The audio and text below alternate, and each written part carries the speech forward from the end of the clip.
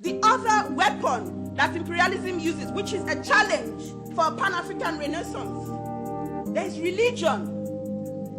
Some of us, with all our radical rhetorics, it's shocking. We are still deeply Christian, deeply Muslim, deeply this, deeply everything but African. You see, the clapping has gone down because there's a lot of intention in the room.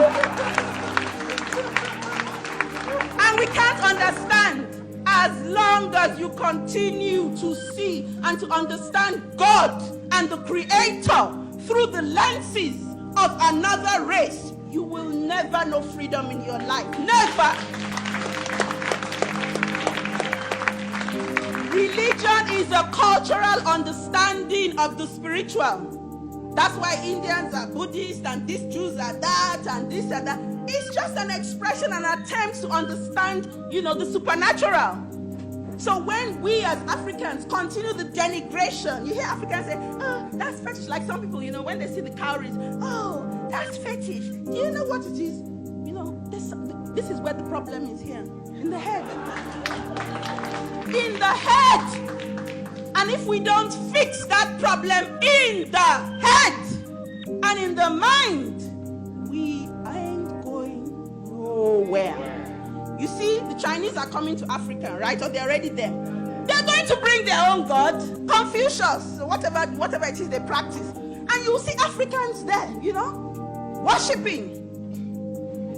There must be a cultural revolution also. If there is no cultural revolution, our political revolution will not succeed. It will be hijacked and defeated. Because while we've done half of it here in the mind, because there's here and then there's here. That's why there's so many of us in church. If you go to Africa, my God, when some of the big churches have their congregation, 10,000 people at one service. Well, I can't even talk about it because when they have their revivals in Nigeria, do you know there's no space for them in the city? They have to give them space outside. 2 million people turn up looking for redemption, looking for the Messiah. But we have to understand that because the state has failed them, society has failed them, only Jesus has not failed them. And the reason why that hasn't happened is that they're most unlikely to meet him.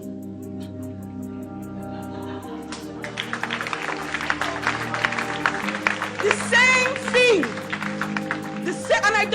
And I don't mean to upset any of the Christians here. I come from a Christian home, a background, we're serious Catholics. My mom has got her big shrine in our house.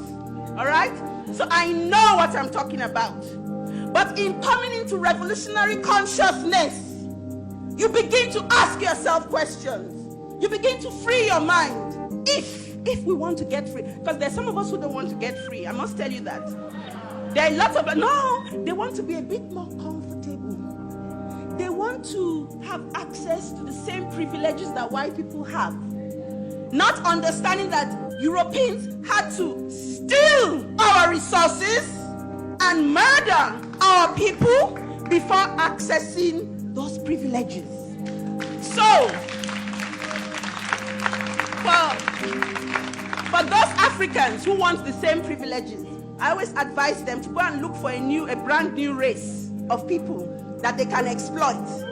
A brand new territory somewhere that they can exploit in order to have those resources. Because some of us want orange juice without oranges. We want freedom without struggle. That's what some of us want. That's why we wait for the Messiah. Because you see, the Messiah is going to bring it, you see. We'll be folding our arms like this, and the Messiah will bring it right up to us. Say, here you go, good people. You deserve it. You're deceiving yourselves.